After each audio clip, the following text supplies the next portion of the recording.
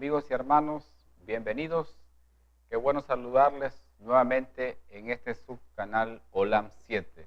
Damos gracias a Dios, damos gracias por su amor que se ha manifestado de manera prodigiosa en regalarnos la vida, la salud, la energía, para poder estar siempre al pie de la batalla, al pie de la lucha, compartiendo el mensaje de salvación, un mensaje de las Sagradas Escrituras que nos van a ayudar a entender mejor cómo Cristo siempre está preocupado por la humanidad.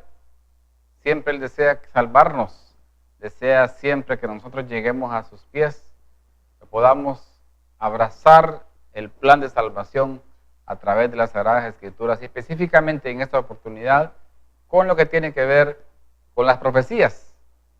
¿Qué nos dicen las profecías? ¿Para qué son importantes? Y nos vamos a enfocar, como ya lo hemos estado haciendo, en el libro, mayormente en algunas partes siempre nos vamos a apoyar en otro libro, como es Apocalipsis, pero mayormente enfocado en el libro de Daniel. Es lo que Daniel nos tiene para nosotros, que podemos encontrar nosotros de importante para nuestra vida espiritual, para nuestro crecimiento espiritual, que es tan vital, que es tan importante poder hacerlo de manera continua. Sabemos que Dios está al control de todas las cosas y le damos gracias porque nos ha provisto este medio para poder llegar hasta donde usted se encuentre en cualquier parte del mundo. El reporte de muchas personas alrededor del mundo que están reportando la señal, reportando la sintonía, y damos gracias a Dios por eso, porque a Él sea toda la honra y la gloria y todo reconocimiento. Donde usted tenga una señal de internet con cualquier aparato de comunicación, computadora, teléfono, se puede bajar la señal y entrar, ya sea en vivo o sea en diferido, y ver, estudiar junto con nosotros este gran libro que es la santa y bendita palabra del Señor. El libro de Daniel tiene grandes tesoros, grandes cosas que podemos nosotros descifrarlas con la ayuda del Espíritu Santo, la sabiduría que Dios nos extiende, y que dice la Biblia que alguien siente necesidad o desea tener sabiduría, pídele a Dios.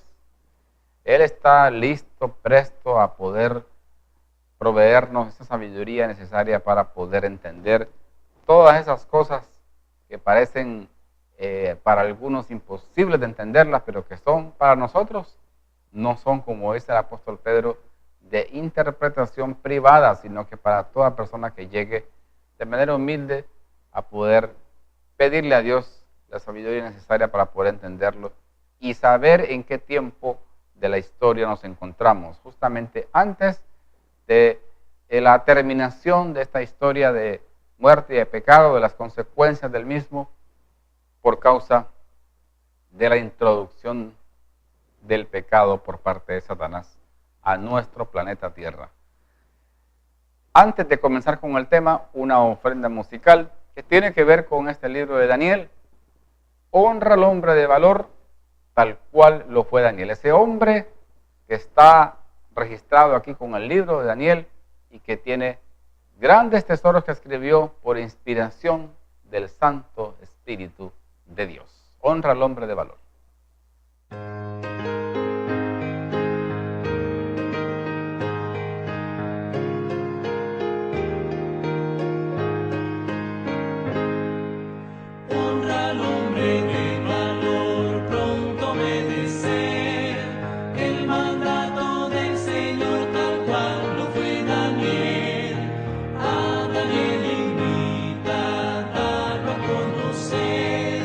Muéstrate resuelto y firme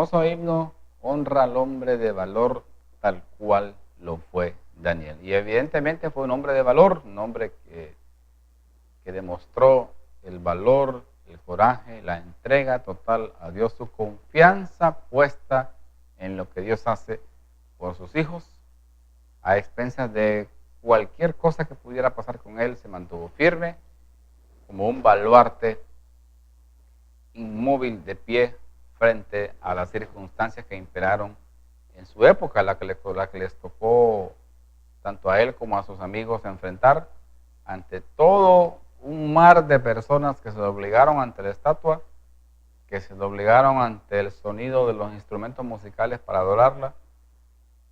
Ante los decretos, todo el mundo se doblegó, a excepción de estos 4 hombres fieles que Dios levantó en medio de una terrible apostasía.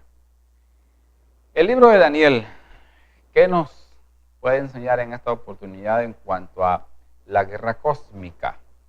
Hay una guerra cósmica colocada acá en este libro y que vamos a tratar de introducirnos a este estudio de una guerra cósmica en el libro de Daniel. ¿Qué podemos encontrar al respecto? Este libro de Daniel está dividido, como decíamos en un tema anterior, está dividido en 2 partes. Desde el capítulo 1 hasta el capítulo 6 está dividido desde el capítulo 7 hasta el capítulo 12. La primera parte tiene que ver con el marco histórico. Habla de fechas, habla de eventos, habla de circunstancias, y el capítulo 7 hasta el capítulo 12 está hablando evidentemente del marco profético, de profecías marcadas que señalan el fin de los tiempos. Es lo que tiene que ver con estos últimos capítulos. Son 2 libros que está dividido Daniel. Son 2 libros en uno solo, pero que tienen una gran enseñanza para cada uno de nosotros. Ahora, alguno puede decir, pero ¿no será que solamente tenemos que creer en el Señor Jesucristo? Alguien puede decir, ¿para qué vamos a estudiar ese montón de símbolos, de cosas que a mí me están enredando, me confunden, me quitan el sueño? Y yo realmente eso no lo entiendo. Yo no sé para qué estará importante estudiarlo e invertir tiempo en esto. Algunos van a decir que no lo inviertan, sino que lo malgastan, porque no es necesario creer tanta cosa o saber tanto, que nunca lo voy a entender todo, y que, como dije, va a ser solamente necesario creer en Jesús y ya, se terminó. Con creer es suficiente, no es necesario. Bueno, ¿qué nos dicen las Escrituras al respecto? ¿Será que solamente basta con creer y no tenemos nosotros la obligación de poder estudiar esto? Primero, vamos a ver qué nos dice el Señor Jesús. Vamos al Evangelio según San Juan, capítulo 5, versículo 39. Un texto muy conocido bajo el contexto de testigos de Cristo.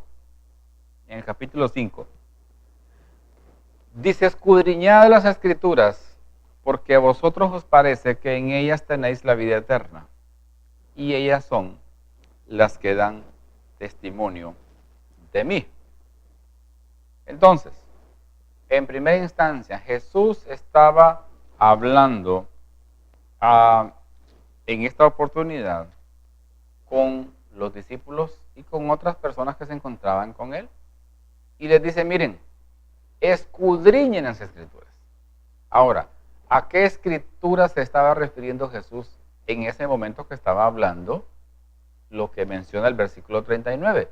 Bueno, a las Escrituras del Antiguo Testamento. En ese momento todavía no había sido escrito el Nuevo. Él dice, Él les manda, escudriñen las Escrituras. Escudriñenlas. Dice, ellas son las que dan testimonio ¿de quién? De mí, dice Jesús. O sea, dice Jesús que el testimonio del Antiguo Testamento está claro hablando de Jesús. Y que los manda, por ende, los manda a escudriñar. No les dice, miren, lean, apréndanselo de memoria, grábenselo, solamente lean superficialmente, por encimita, no. Una cosa es leer superficialmente, otra cosa es escudriñar. Es diferente. Entender algo, eso es, cualquiera lo puede entender, ya lo entendió, pero no tuvo una comprensión perfecta. No lo asimiló, no lo vivió, no lo compartió. Dice, escudriñen, dice Jesús.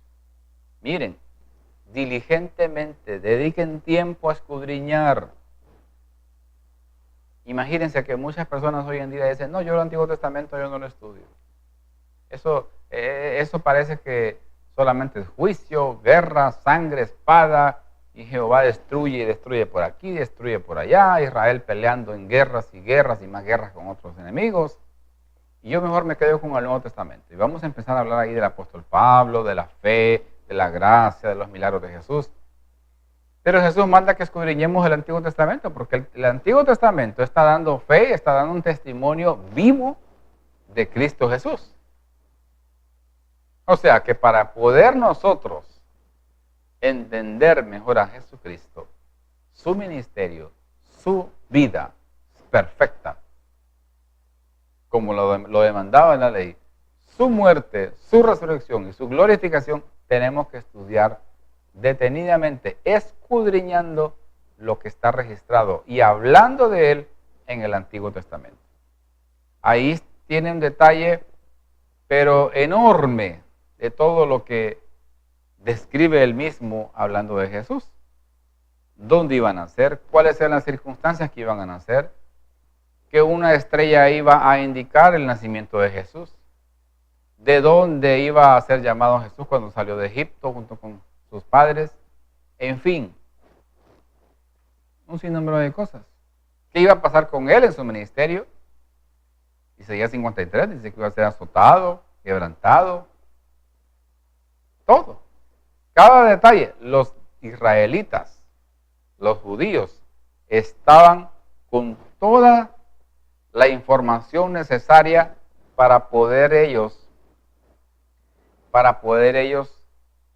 saber, para que pudieran haberse dado cuenta del Mesías, de cuál era la forma como el Mesías iba a venir.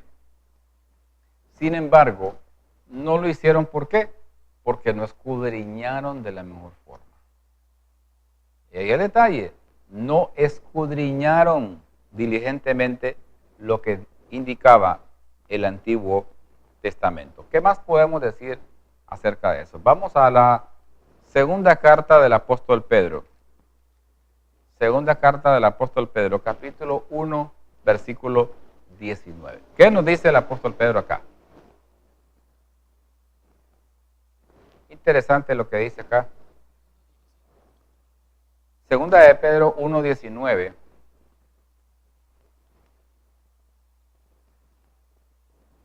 Dice lo siguiente: tenemos también la palabra ¿qué? Profética más segura, a la cual hacéis bien en estar atentos, como a una antorcha que alumbra en lugar oscuro. Voy a repetir lo que dice ahí. Tenemos también la palabra profética. Está hablando aquí Pedro no de cualquier palabra, está hablando específicamente de profecía. Tenemos también la palabra profética más segura, quiere decir que hay otra que no es segura.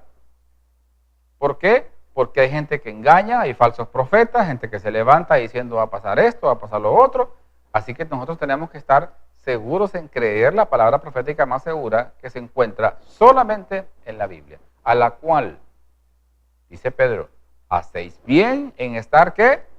Atentos, no distrayéndonos, no enfrascados en cosas que no tienen fundamento, cosas que no tienen ninguna edificación espiritual para nuestras vidas.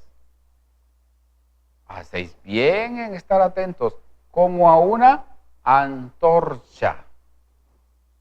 que alumbra en lugar oscuro. Cristo dijo, vosotros sois la luz, ¿de dónde? Del mundo.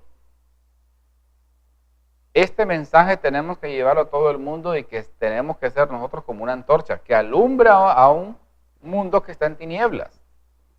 ¿Hasta qué momento es que nosotros vamos a llevar este mensaje a un mundo que está en tinieblas? El mismo versículo lo dice. Sigue diciendo el versículo, hasta que el día esclarezca y el lucero de la mañana salga, ¿a dónde? En vuestros corazones. Imagínense, aquí Pedro está diciendo, miren, nosotros tenemos la palabra profética más segura, asimílenla, estén atentos. Tienen que llevarla a ustedes como una antorcha para que alumbre un lugar oscuro. El mundo está en tinieblas hoy en día. ¿Verdad? Si la Biblia dice que tiene la palabra profética más segura, nosotros, como buenos cristianos, tenemos el deber de estar atentos. Como dijo Jesús, ustedes miren, velen y oren. No se descuiden. Porque la Biblia dice que el diablo anda como león rugente buscando a quien devorar. Ahora, Daniel tiene símbolos proféticos, que los vamos a ir viendo.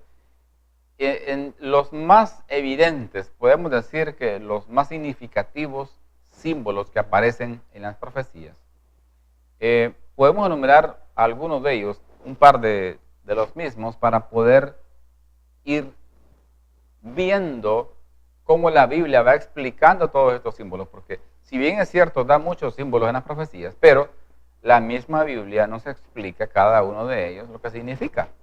Así que no debemos de preocuparnos en ese sentido. Y vamos a ver qué es lo que dice, por ejemplo, uno de los símbolos más significativos en las profecías tiene que ver con bestias. ¿Sí? Bestias. Alguien dice, hermano, mire, ese asunto de bestias y me da miedo, yo estudiar bestias me da con un poquito de pavor. Y yo les digo, miren, es que en realidad esto está hablando simbólicamente, no es asunto de que vamos a esperar a que pase o que fue que ya aconteció, ya sucedió el hecho que apareció una bestia espantosa, terrible, o una bestia semejante a un león con alas, otra como un leopardo, otra como un oso, ¿no? Miren lo que dice en cuanto a este término de bestias, por parte de Daniel capítulo 7, versículo 23. ¿Qué nos dice al respecto? Daniel 7, 23. ¿Cuál es el simbolismo de este término? Dijo así, la cuarta bestia será un cuarto reino en la tierra, el cual será diferente de todos los otros reinos. Y a toda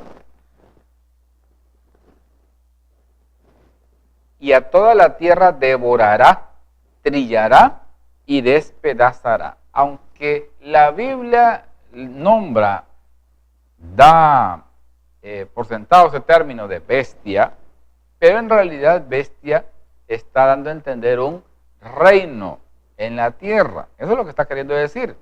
Cada vez que se menciona bestia de esta, bestia de lo otro, bestia semejante a esto o a lo otro, está hablando de un reino o de un reinado que se va a levantar para la tierra. Vamos a ver otro término también muy conocido y muy dado a crear confusión proféticamente hablando. Estamos hablando de la equivalencia del término día por año.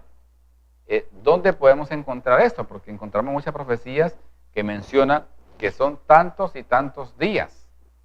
Y luego vemos que esa profecía no se pudo haber cumplido en días porque era muy poco tiempo, que al final descubrimos que tiene un cumplimiento en años. ¿Y dónde encontramos en la Biblia esto?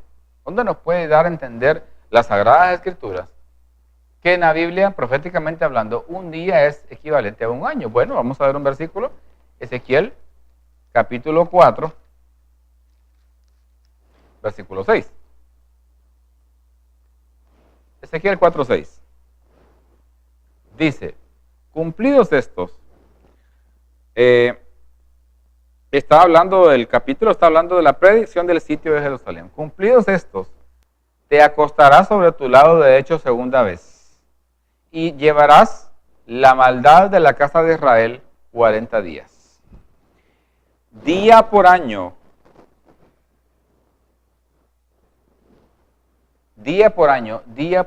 te lo he dado.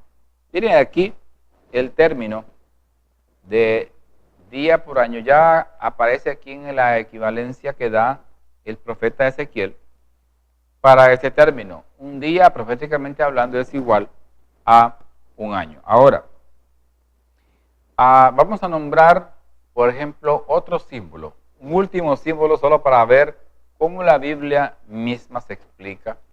Y no tenemos necesidad de estar esperando que otro venga y nos explique las mismas. Y tengamos que estar, yo siempre lo menciono, que el que no le gusta leer, escudriñar, estudiar, pues va a tener que acostumbrarse o se va a ver obligado a creer lo que otros le digan, porque no quiere invertir tiempo en escudriñar, en leer estas cosas, en estudiarlas a profundidad. Otro término que aparece en las profecías tiene que ver con el agua. El agua, proféticamente hablando, tiene un símbolo, porque en otras partes el agua tiene otra simbología, es otra simbología que representa. Vamos a ver a Apocalipsis capítulo 17, versículo 15. ¿Qué es lo que tiene que ver con el agua en el término profético? ¿Qué es lo que nos está dando a entender Dios a través de este término simbólico? Me dijo también, las aguas que has visto donde la ramera se sienta, ¿son qué?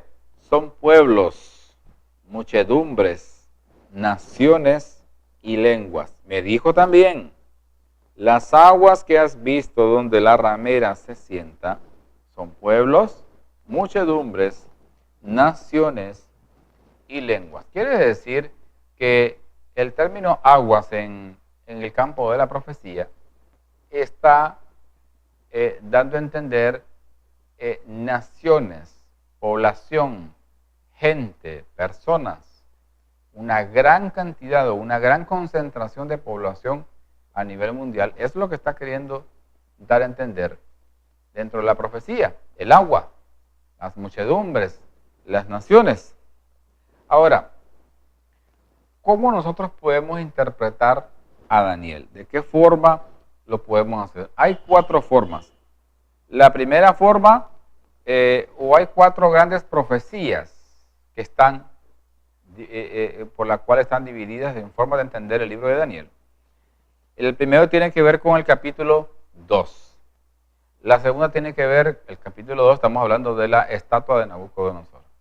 Capítulo 7, estamos hablando de las 4 bestias espantosas y terribles de la visión de Daniel.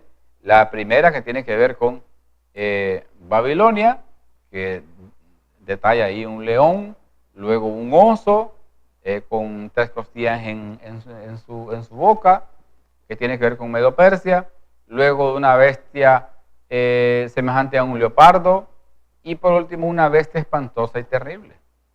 Tiene que ver con el capítulo 7. Luego en la tercera parte encontramos el capítulo 8 y 9 de Daniel, que tiene que ver con la profecía de los 2300 días o 2300 tardes y mañanas y la profecía de las 70 semanas. Y luego encontramos en la cuarta sección de Daniel el capítulo 12.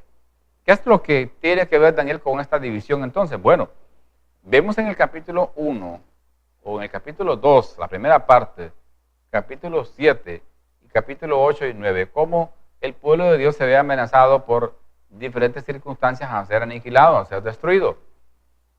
Cómo hay persecuciones, cómo hay cosas que están allí luchando en conflagración contra el pueblo de Dios. Pero en el capítulo 12 comienza diciendo que en aquel tiempo se levantará Miguel. ¿Y quién es Miguel? Cristo Jesús. Se levanta, dice que va a colocarse en posición de librar a todo el que esté con su nombre escrito en el libro de la vida.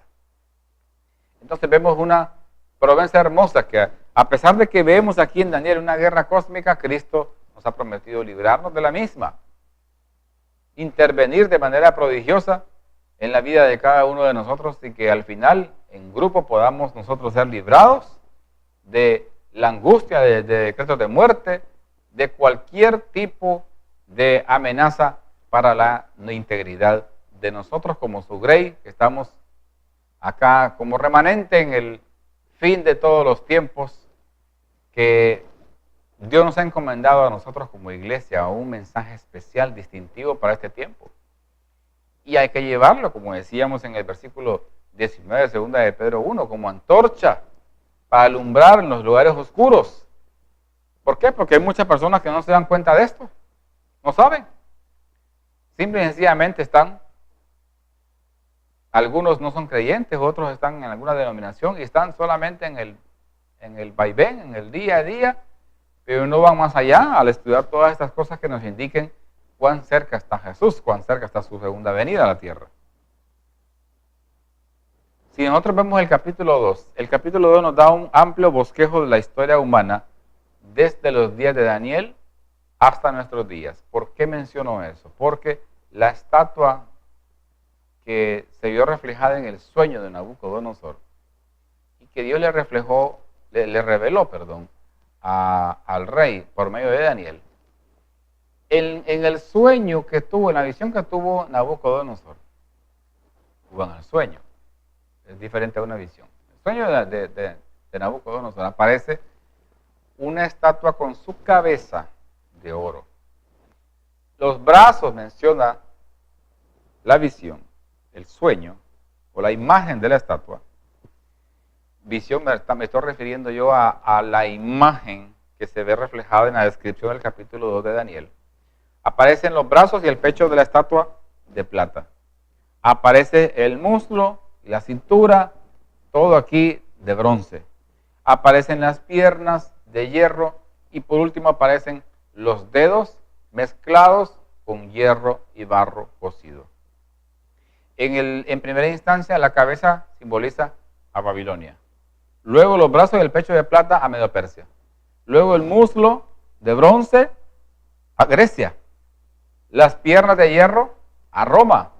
Y los dedos de hierro con mezcla con barro cocido simbolizan a Roma dividida en 10 reinos hasta el fin de los tiempos, queriendo mezclarse, hacer una mezcla, una amalgama, que eso es imposible porque imagínense, yo no sé si a alguien se le ha ocurrido, yo creo que no, por lo menos en su sensatez, no creo que se le haya ocurrido mezclar hierro con barro. ¿Ustedes saben lo que es mezclar hierro con barro? El barro es una sustancia flexible que uno lo agarra y lo doma y lo hace de la forma que uno quiere, y el hierro es algo totalmente rígido, duro, no se puede mezclar con barro cocido. Eso es totalmente inadmisible, incomprensible que alguien quiera hacer eso. Y está hablando de la unión de la iglesia con el Estado. Eso es algo que en realidad Dios no lo aprueba. No, eso no es posible y trae terribles consecuencias. Ellos van a estar intentando todo el tiempo ahí, queriéndose unir, queriéndose mezclar, pero al final no va a ser posible esta unión. De manera consolidada, de manera granítica, no va a ser posible. Y todo tipo de intención de hacer esto va a traer a la humanidad terribles consecuencias, porque Dios no lo aprueba. Eso es lo que nosotros podemos ver en el estudio de la palabra de Dios. Luego, en el capítulo 7 de Daniel, cubre el periodo de tiempo, pero con diferentes símbolos, y se detiene más en un periodo específico del tiempo del fin. Son los mismos periodos. La estatua tiene la cabeza de oro, brazos de pecho de plata, muslo de bronce, piernas de hierro y los dedos con hierro y barro cocido, queriéndose mezclar. La profecía que aparece en la visión, porque esta sí fue una visión de Daniel, aparece el león, que simboliza Babilonia, el mismo orden, luego el oso, que simbolizaba a Medo-Persia, luego la bestia semejante a un leopardo, que representa a Grecia, luego la bestia espantosa y terrible que representa al Imperio Romano, luego dice que de esta bestia se levantan 10 reinos, y luego la amplía un poquito y lo proyecta hasta el tiempo del fin de Daniel, donde dice que de estos 10 cuernos se va a levantar un cuerno pequeño, y menciona en el capítulo 7, versículo 25, que va a hablar palabras contra el Altísimo, y a los santos quebrantará y pensará, solo dice que pensará, no dice que lo va a poder hacer totalmente, en cambiar los tiempos y la ley. Entonces, esta profecía de Daniel 7 es similar a la del capítulo 2, solo que proyecta un poco más allá, va más allá esta profecía de Daniel 7. Vamos a ver más adelante cómo esa profecía se complementa en el capítulo 13 de Apocalipsis. Luego encontramos el capítulo 8 y 9 de Daniel, donde también cubren el mismo terreno, pero añaden mayores detalles en cuanto al tiempo del fin. Es bastante extensa, y luego en el versículo 10 al 12, de igual manera, ya va a estar hablando del mismo tiempo, el mismo terreno, pero se expande aún con mayor detalle hasta el mismo tiempo del fin. Entonces, en estas secciones, en estas 4 secciones, se divide, en términos de profecía, se divide el libro de Daniel, y cómo esto nos puede ayudar a nosotros a entender mejor este libro. Tenemos que nosotros entender bien todo lo que Daniel quiso decir, sacar un estudio minucioso, cuál es el simbolismo, cuál es el significado de este símbolo, del otro símbolo, para poder entender bien lo que nos dice allí la Biblia a través del profeta Daniel. Ahora vamos a ver quiénes, cuando comienza el libro de Daniel, vamos a leerlo capítulo 1, versículos 1 y 2. Daniel capítulo 1, versículos 1 y 2. Interesante lo que vamos a leer acá en estos 2 versículos, porque parece que nos está dando un marco de un grupo, de un pueblo que está en ese momento totalmente derrotado, arruinado, aniquilado, abatido, esparcido. No son nadie, no valen nada para nadie, son una escoria para el mundo, para la sociedad en ese momento. Estaban totalmente derribados en el suelo, eran polvo. ¿Qué dice el capítulo 1, versículos 1 y 2 de Daniel respecto a esto? ¿Quién aparentemente ahí estaban derrotados? Dice, en el año 3 del reinado de Joacín, rey de Judá, vino Nabucodonosor, rey de Babilonia, a Jerusalén. ¿Y qué cosa? La sitió.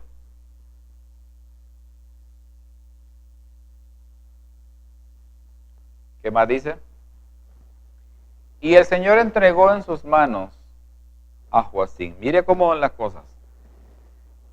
¿Quién entregó a Babilonia a Israel? El Señor. Dios le entregó a Israel en sus manos a Nabucodonosor y permitió que pasara todo esto por una razón. Ellos se habían entregado a la idolatría.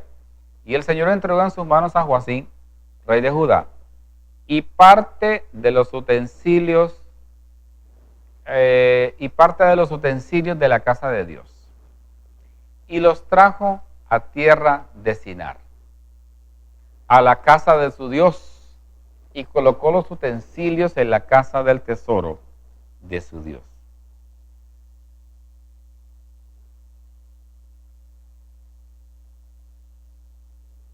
¿Qué es lo que nosotros podemos identificar aquí? Dice que Dios entregó en las manos de Nabucodonosor a Joacín, rey de Judá. Los entregó para ser esclavos. Estaban en ese momento aniquilados. La ciudad había sido destruida, el templo había sido destruido, y lo que se ve acá es una derrota terrible del pueblo de Israel. No tienen esperanzas ellos por sí solos de poder alcanzar la victoria, la libertad. de poder librarse del yugo de Babilonia, por ninguna forma. Están simple y sencillamente siendo derrotados. No son, están en la llanura, en la tierra, arruinados. No se ve por dónde. Y mire como un contraste. Mire cómo comienza este libro, que es interesante. Nosotros vemos acá en lo que leímos, que en el año tercero del reinado de Joacim, estaba en el tercer año de su reinado, vino Nabucodonosor, rey de Babilonia, a Jerusalén y la sitió. Y luego dice que el Señor entregó a Nabucodonosor en las manos de él a Joacim, rey de Judá, y quedaron totalmente expuestos a la voluntad del rey, lo que hicieran, fueron llevados cautivos. O sea, comienza el libro de Daniel diciendo, miren, aquí el pueblo de Israel, al dejarme a mí, no vale nada. Pero veamos ahora qué dice como contraste en el último capítulo de Daniel, capítulo 12, versículo 1, ¿qué dice?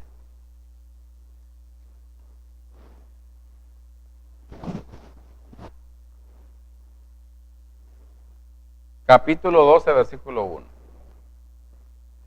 Dice, en aquel tiempo, y está hablando, y miren, este capítulo 12 viene de una forma correlativa, viene siguiendo el tema del capítulo 11, donde se levanta el rey del norte con gran furia a querer destruir y matar a muchos.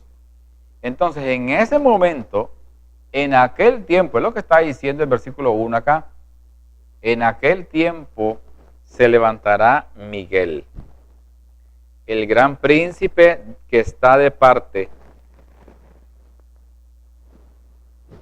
el gran príncipe que está de parte de los hijos de tu pueblo, y será tiempo de angustia, cual nunca fue desde que hubo gente hasta entonces. Pero en aquel tiempo será libertado tu pueblo. ¿Cuáles? ¿Cuáles de tu pueblo? Porque no es todo el mundo, no. Dice todos los que se hallen escritos en el libro. O sea, en realidad acá lo que está diciendo es que en aquel tiempo Miguel se va a levantar. Y Miguel, cuando ustedes vean esa palabra Miguel, está hablando de Cristo Jesús. Miguel quiere decir quien es como Dios. Y cada vez que menciona la Biblia el nombre de Miguel, lo menciona en el contexto de una batalla, de una conflagración, de una lucha frontal contra el enemigo. Menciona también Judas, que Miguel contendía con Satanás por el cuerpo de Moisés. El capítulo en Apocalipsis se menciona también a Miguel, que luchó con Satanás en el cielo. Y vemos cómo Miguel también lo menciona en el capítulo 10 de Daniel, en cuanto también una lucha. Y cada vez que aparece Miguel es una batalla. Pues veamos acá, dice que después de empezar el libro diciendo que el pueblo de Dios estaba disperso, arruinado, terminado, aquí aparece diciendo que Dios va a liberar a su pueblo.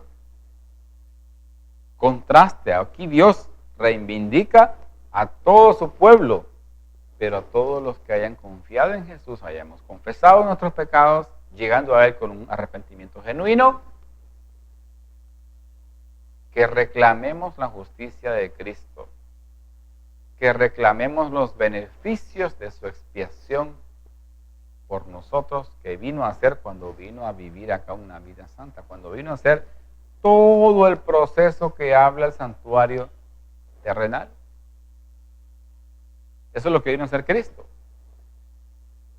Así que nosotros tenemos que reclamar eso para que seamos parte, reclamar los beneficios de la expiación, para que seamos parte del pueblo que Cristo se levante y lo libere del tiempo de angustia para poder ser librado de toda calamidad o el decreto de muerte que se va a levantar para eliminar al pueblo de Dios en los últimos días.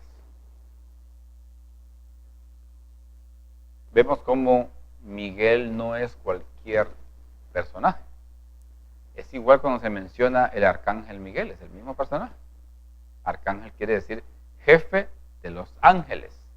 Miguel quiere decir quién es como Dios, el mismo Cristo Jesús. Ahora, después de que Sadrach, en el caso ya de la historia de los muchachos hebreos, amigos de Daniel, después que Sadrach, Mesach y Abednego fueron lanzados al horno de fuego por Nabucodonosor, ¿cuántas personas se ven en esa historia? Vamos a ir viendo porque esto es una guerra cósmica. No tenemos tiempo de ver detalles, pero veamos Daniel capítulo 3, 25.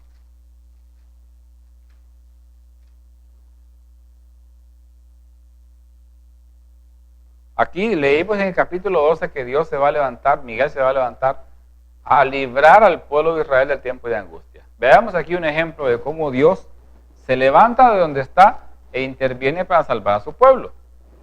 Y él dijo, he aquí yo veo 4 varones sueltos que se pasean en medio del fuego sin sufrir ningún daño.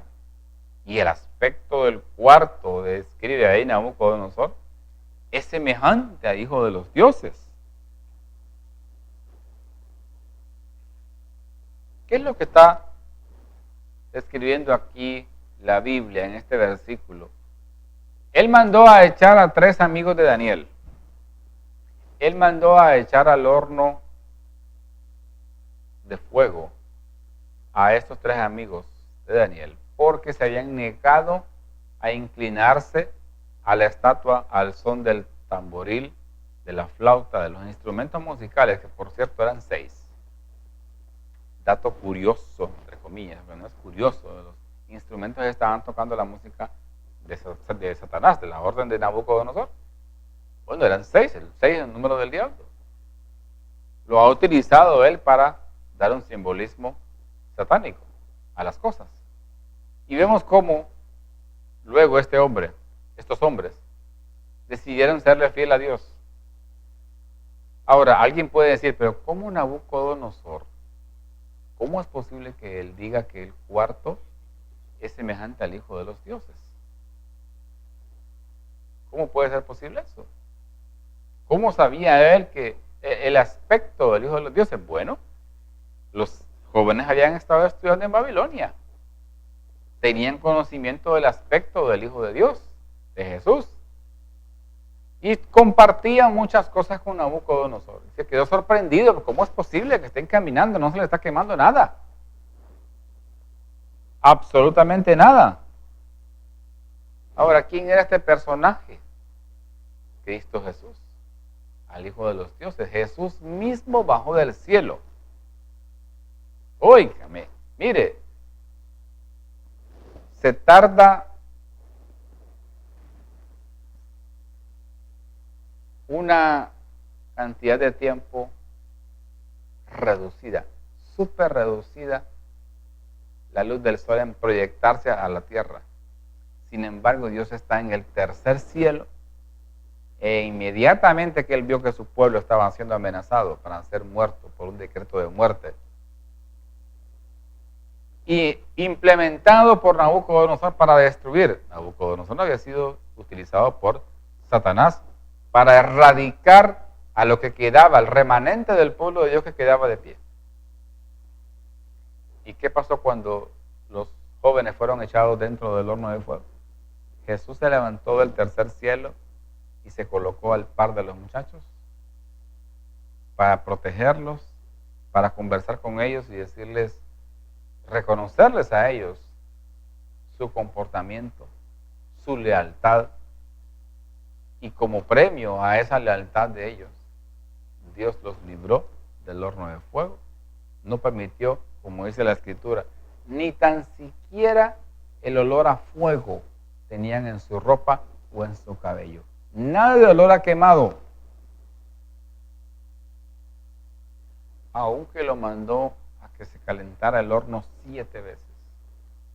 Y los que estaban ahí con él, los soldados, los más fuertes, que fueron los que llevaron a estos jóvenes para lanzarlos allá, se quemaron con el resplandor, con el calor, porque era, ya me imagino, es inmensamente terrible la temperatura que tenía ahí. Aquí nosotros estamos con altas temperaturas, sin embargo esto no es nada. Con esa temperatura que tenía seguramente ese horno de fuego, fueron lanzados y absolutamente nada se les quemó. Gloria a Dios por eso, como la mano poderosa de Dios interviene en esta guerra cósmica y lo va a seguir haciendo. Lo va a seguir haciendo. Vamos a tener que continuar con este tema de la guerra cósmica de Daniel, para que veamos este asunto con un poco más de detalle, para que nosotros podamos atesorar estas lecciones, para que nosotros podamos extraer las enseñanzas que están aquí relatadas en esta historia de Daniel, para que las tomemos nosotros como una gran promesa también para nosotros de parte de Dios, de intervenir, de salvaguardar nuestra integridad física. Él ha prometido estar con nosotros, según lo dice las mismas Escrituras, todos los días hasta el fin del mundo. Damos gloria a Dios por eso. Todos los días hasta el fin del mundo. ¿No es grato para cada uno de nosotros saber que hay un Dios en el cielo, creador de los cielos y de la tierra, que ha prometido estar con nosotros todos los días hasta el fin del mundo? Aún en el calabozo, aún en la cárcel, aún en un horno de fuego. Qué hermoso va a ser poder estar confiando siempre en Dios. Estos jóvenes, aunque todavía alguien, el Espíritu les iluminó para poder traer a su mente una frase que está en el libro de Isaías, un versículo inspirador, donde dice que los ríos no te anegarán y la llama no arderá en ti. Es una promesa de Dios para sus hijos que son fieles,